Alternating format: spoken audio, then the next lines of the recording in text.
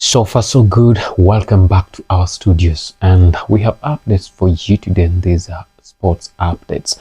History made today: first African country to beat England. We're talking about Senegal. The game has gone down, and it was a friendly match, yes, but it's a historic game. So the game went down with 3 goals to 1. That is 1 England, Senegal 3 goals. And these are the updates on how the game was. So England surged ahead in the 7th minute when Harry Kane tapped in after Anthony Gordon's shot was paired into his path, and that is making a first goal for England. Senegal grew into the game and drew level into the 4th minute with Ismaila Sarr finishing off Nicholas Jackson's cutback past Kyle Walker out of positions defense. Then we bumped ourselves in the second half. Senegal momentum continued after the break. In the 62nd minute, Habib Diarra capitalized on a precise through ball by Kalidou Koulibaly to slot into Dean Hanson's leg, and that marked the second goal for Senegal. A late stoppage time goal by Sheikh Sabi see the winner, punishing England's loss of possession and exposing Trevor Chalobah. Some disallowed goal by England made by Jude Bellingham thought he'd restored parity late on, but the efforts was ruled out by VAR due to the handball by Levi Colwill in the build-up. And then tactical observation and reactions as Senegal historic triumph. This marked Senegal's first ever victory over England, and that's first ever by an African nation winning against England. It has never been seen before, so this is all the first time. I wish this was in the World Cup. It would have created a lot of traction and a lot of celebrations with the African continent. But again, it was just a friendly match that has been made possible. The unbeaten streak stretches to 24 matches. That is Senegal. They have not been beaten for 24 matches now.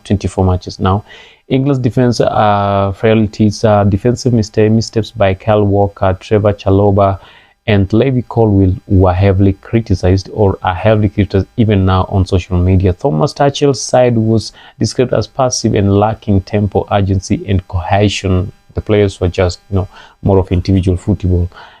They were not really working together as a team to make sure that they're winning that match. Manager and captain reactions: Tuchel lamented the performance and not active enough, easy goals, need to defend much better. Captain Harry Kane admitted not good enough and emphasized the need to rediscover intensity and aggression when they are on the pitch. And that some fans were discontented with whatever did happen on this. And the final whistle saw heavy boos from the home fans, signaling frustrations, and not just as the results, but at tactical and personal decisions that were made by some of the players within the match. So the overview of the match is as follows. Senegal fired 9 shots on target, which is good. 5 shots on target, that is a very, very great improvement, outpacing England that did only 4 shots on target. And then Senegal goal scorer Sarr 40, Diarra at 62, 62nd minute, Sabli stopped stoppage time that made a brilliant or a historic win against England. That was so amazing from Senegal's players. Then England opened a goal 7th minute, Kane 7th minute from close range. It was a very, very, very close range, and you guys were able to see that. Some people ask, what does it mean going ahead or going forward for both teams, that is Senegal and England? World Cup qualification anxiety after narrow win over Andorra and now its defeat. England's form under Tuchel is raising red flags, and now most of the fans will start saying that Tuchel should be fired, because that's what really happens when it comes to football. And when it comes to England losing or conceding from such a team that has not been known, or most people don't consider that England should lose and to it. I know most of the fans will say England don't want Tuchel to go out and all that. A big pressure match upcoming. The next fixture away in Serbia becomes crucial to restore confidence and momentum, and we're not so sure if Tuchel will be able to do that. Serbia is not just a team that you can down look into and say it's not gonna happen. So they have to do much on the same. For Senegal, I know their morale is up now because much has been done, and they have achieved the greatest results ever. So for them, they'll come back when they are so fired up. But that doesn't mean that they should relax, because in football anything can happen.